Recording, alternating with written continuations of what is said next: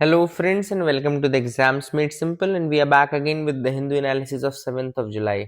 7 जुलाई का एनालिसिस देखेंगे पूरा जो जो इंपॉर्टेंट न्यूज आर्टिकल्स हैं प्लस प्रीलिम्स के लिए कुछ प्रैक्टिस क्वेश्चन भी मैं लाया हूं तो वो भी हम स्टार्टिंग में प्रैक्टिस करेंगे।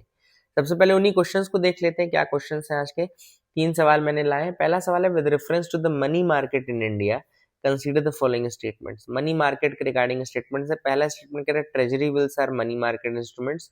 दूसरा कह रहा है money market instrument generally have a maturity of more than 1 year. तीसरा स्टेटमेंट कह रहा है the Reserve Bank of India plays a major role in regulating the money market. ठीक है ना। तो ऑब्वियस सी बात है आपको पता होगा कि पहला स्टेटमेंट बिल्कुल सही है। ट्रेजरी बिल्स जो है मनी मार्केट होते हैं। Yes, money market generally have maturity of more than 1 year, ये गलत स्टेटमेंट है। क्यों? क्योंकि इनकी मैच्योरिटी लेस देन 1 ईयर होती है। ठीक है ना। And third statement Reserve Bank of India plays a major, yes Reserve Bank of India regulator है। तो answer will be B 1 and 3 है ना, याद रखिएगा 1 and 3। दूसरा सवाल है consider the following statements regarding the Western Ghats. पहला कह रहा है they are older than Himalayas. दूसरा कह रहा है the Western Ghats are continuous taller and more biodiverse than Eastern Ghats. And third कह रहा है they receive higher rainfall due to the south west monsoon. अच्छा सवाल है, आई होप आप लोग अटेम्प्ट कर पाएंगे। कौन कौन से स्टेटमेंट्स करेक्ट है? The correct answer for this मैं आपको बता दूं, तीनों ही स्टेटमेंट सही हैं। All 3 statements are correct. D answer है। तीसरा सवाल है with reference to the swadeshi movement consider the following statements. पहला स्टेटमेंट कह रहा है began after the partition of Bengal in 1905। दूसरा कह रहा है the boycott of British goods formed an important part of the movement. तीसरा कह रहा है the movement was launched by Mahatma Gandhi.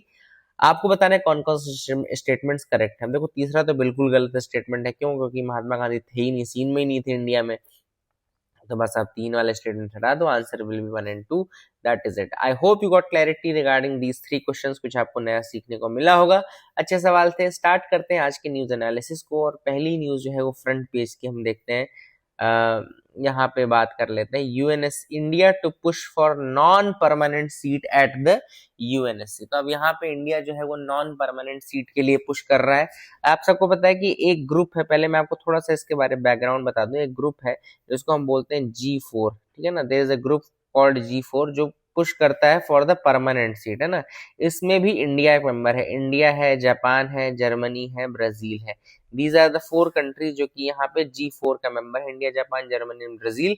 They are also trying to get the permanent seat. But अभी फिलहाल लड़ाई चल रही है नॉन परमानेंट सीट की। ठीक है ना। तो याद रखिएगा नॉन परमानेंट सीट जो होती है वो हर बार इलेक्ट होती है टाइम पीरियड के लिए। तो यहाँ पे 28-29 के लिए नॉन परमानेंट सीट की जुगाड़ कर रहे हैं। ठीक है ना।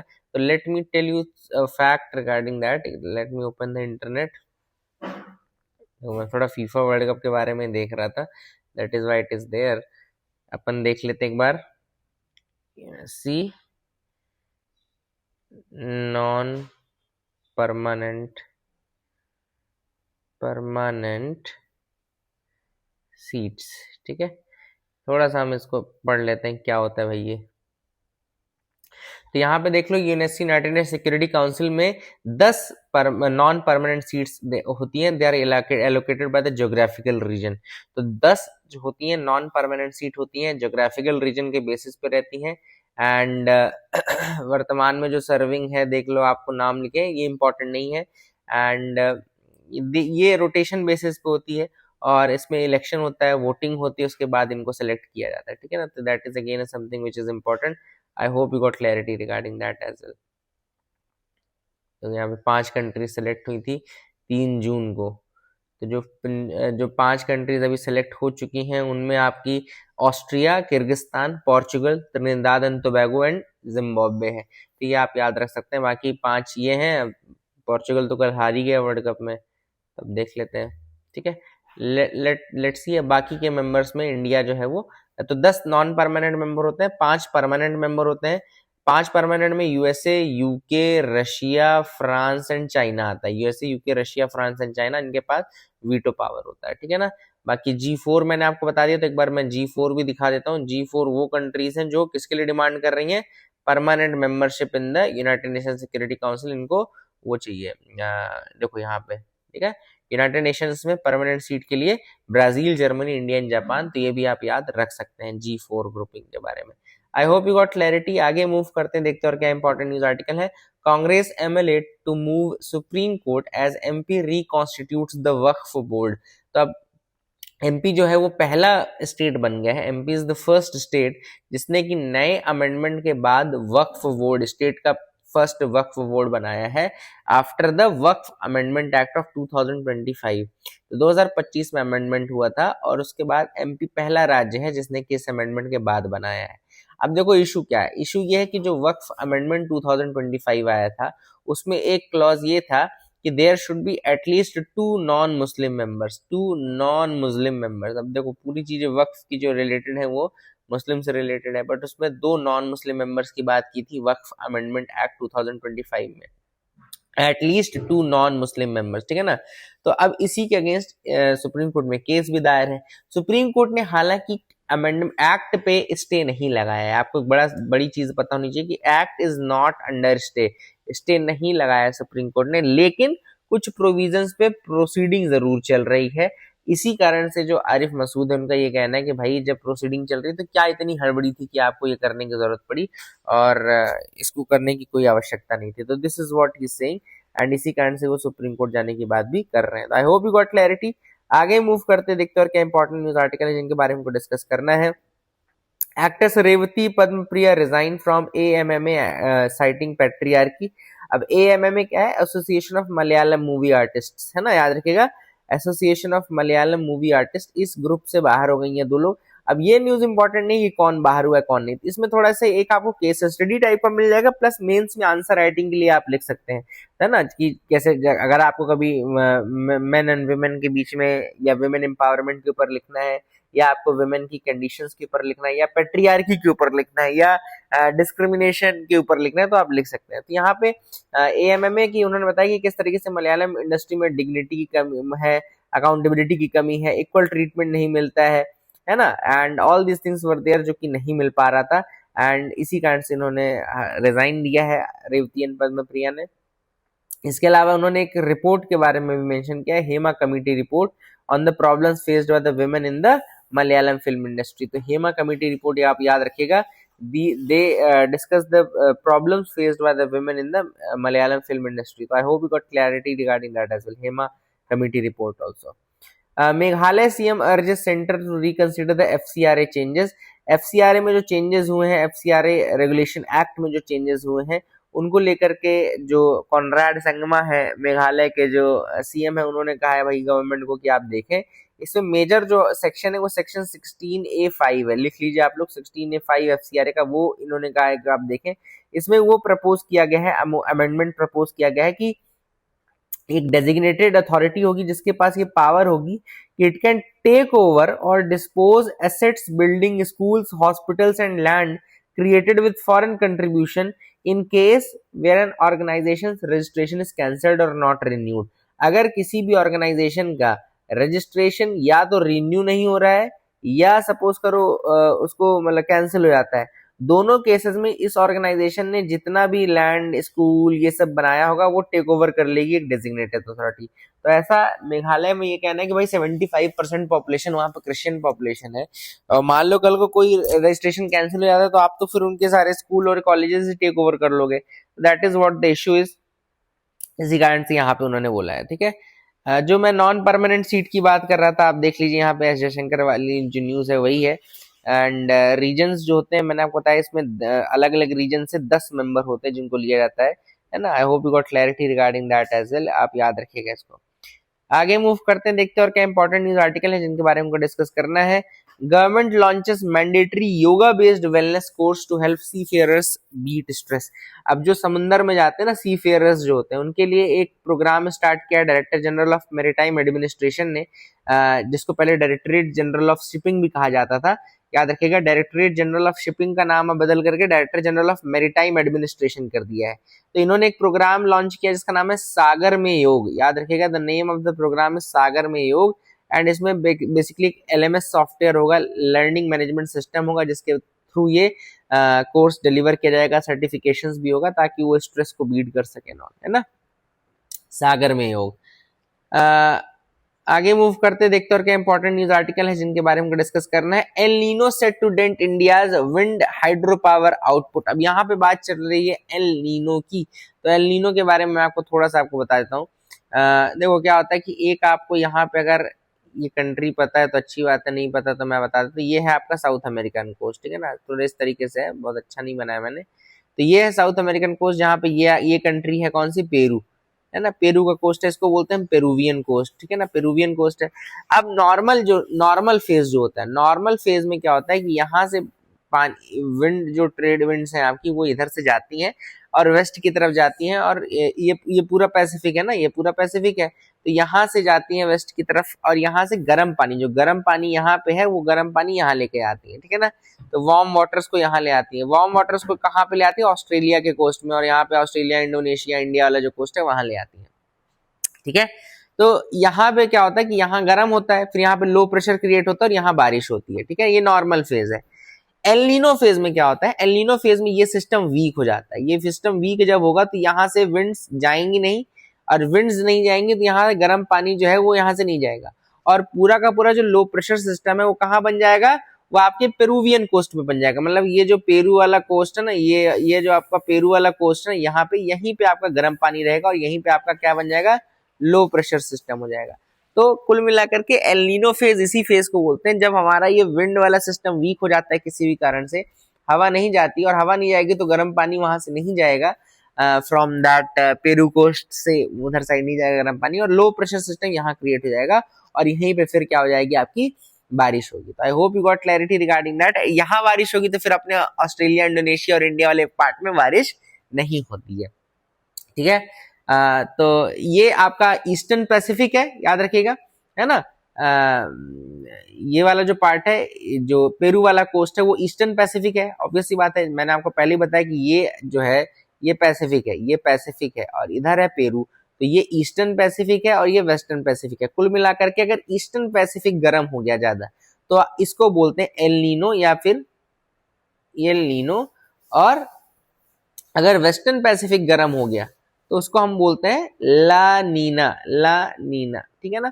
तो ला नीना हमारे फेवरेबल है क्योंकि बारिश होगी हमारे वेस्टर्न साइड में, है ना, तो that is what is there. I hope you got clarity.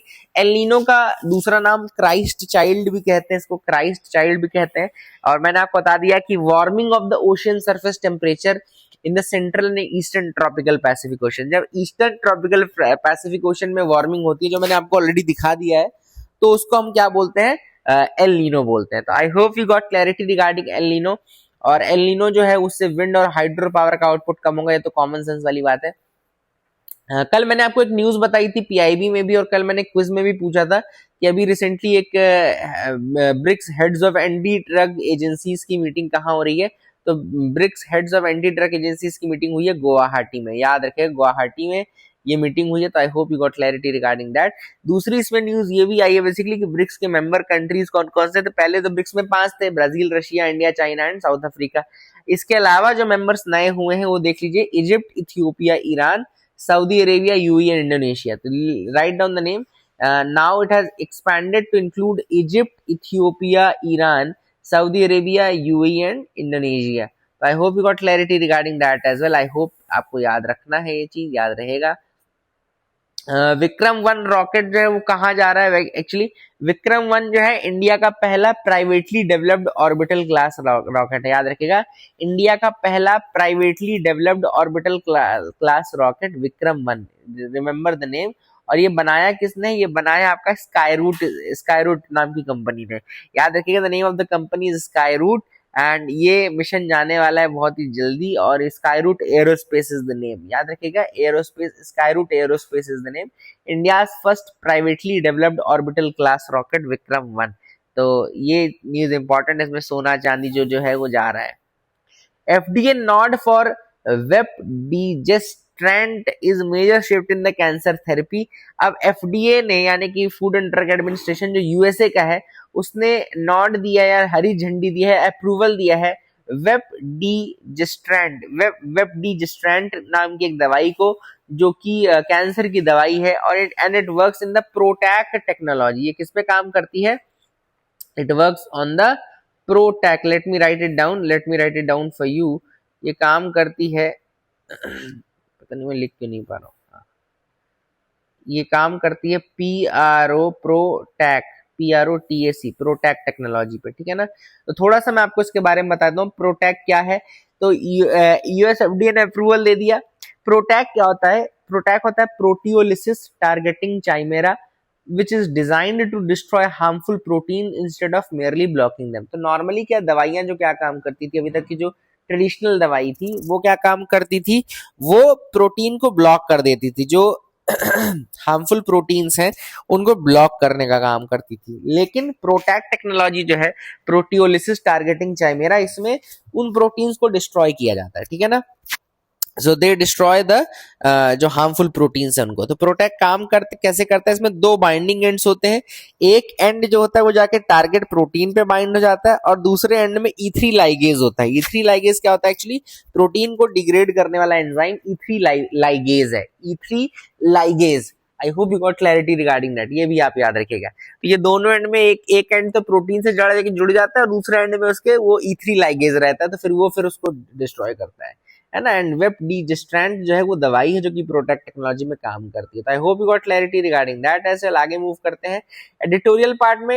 In India voting can not remain merely A statutory right. यहाँ बात चल रही है कि भाई वोटिंग का जो अधिकार है वो अभी भी एक स्टैट्यूटरी राइट है, ठीक है ना।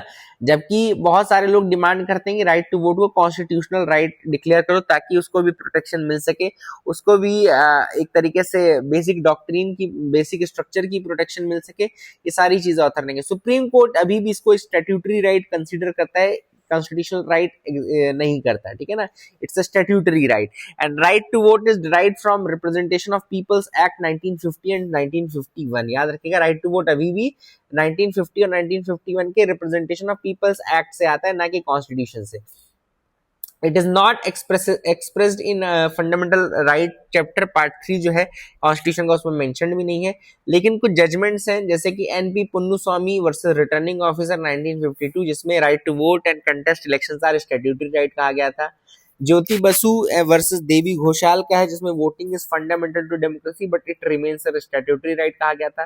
Kuldeep Nayar versus union of India 2006 का केस है, democracy is part of basic structure but individual right to vote flows from the statute, ये कहा गया था। तो ये सारे कुछ इंपॉर्टेंट केसेस हैं जो क्लियर करते हैं कि right to vote statutory right है।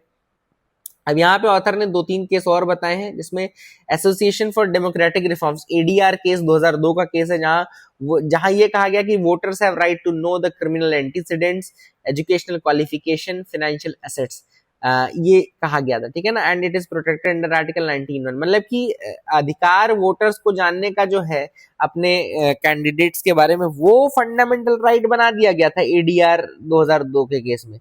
PUCL versus union of India 2003 का केस है, जहां पे राइट टू वोट तो स्टैट्यूटरी रखा गया था but freedom to make an informed choice को राइट टू फंडामेंटल राइट कर दिया गया था, ठीक है ना। इन्फॉर्म्ड चॉइस आपके पास फंडामेंटल राइट है। फिर नोटा में आपके पास किसी को right to reject all the candidate जो है उसको भी आपको फंडामेंटल राइट दे दिया गया नोटा के अंतर्गत, ठीक है ना। सिक्रेसी ऑफ नोटा ये भी कॉन्स्टिट्यूशनली प्रोटेक्ट कर दी गई। लेकिन पैराडॉक्स ये है कि ये सारी चीजें तो कॉन्स्टिट्यूशनल है, लेकिन जो असली में जो मेन काम है वोटिंग का वो अभी भी स्टैट्यूटरी राइट है। तो वही ऑथर ने कहा कि भाई स्टैट्यूटरी राइट मत करो, उसको फंडामेंटल राइट बना दो। आपको क्या लगता है कि फंडामेंटल राइट बनाने से क्या चीज सही होगी? देखो मैं आपको बता देता हूँ, लेट मी टेल यू, ये भी मैंने लिखा है वैसे।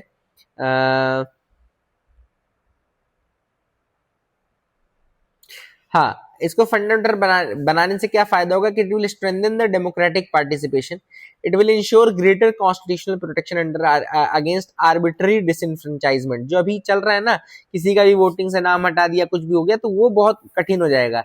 इसके अलावा बेसिक स्ट्रक्चर के अंतर्गत आ जाएगा ये।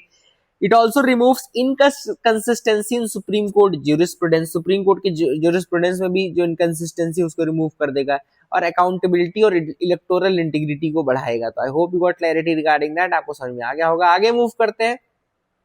एलिनो वीक करेगा इंडिया की इकोनॉमी। यस, एलिनो वीक करेगा, क्योंकि अगर एलिनो आएगा तो वीक मानसून आएगा, वीक मानसून आएगा तो खरीफ की फसल कम हो जाएगी, रूरल इनकम कम हो जाएगी, रूरल इनकम कम होगी तो फूड इन्फ्लेशन बढ़ेगा, महंगाई बढ़ जाएगी, जीडीपी की ग्रोथ कम हो जाएगी और हमारे एक्सपोर्ट्स कम हो जाएंगे। तो all these things will be there, the impact will be there. क्या कोई बार एसोसिएशन किसी व्यक्ति को रिप्रेजेंट करने से मना कर सकती है?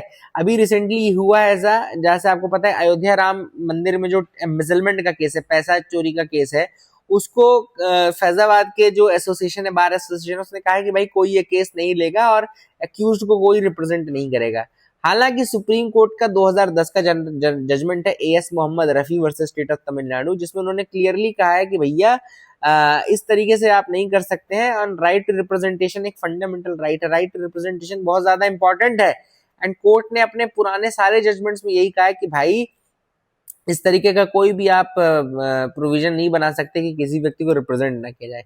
चाहे आप आर्टिकल 22 देख लो, आर्टिकल 22 में कहा है कि no arrested person shall be denied the right to consult and to be defended by legal practitioners, मतलब ये फंडामेंटल राइट है।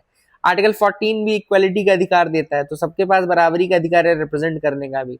इसके अलावा right to fair trial integral part है right to life and liberty, article 21 का। इसके अलावा article 39A एक डायरेक्टिव प्रिंसिपल है, जिसमें कि ये कहा गया है कि state should ensure that legal system promotes justice on the basis of equal opportunity, और फ्री लीगल एड देने की बात आर्टिकल 39A में की गई है।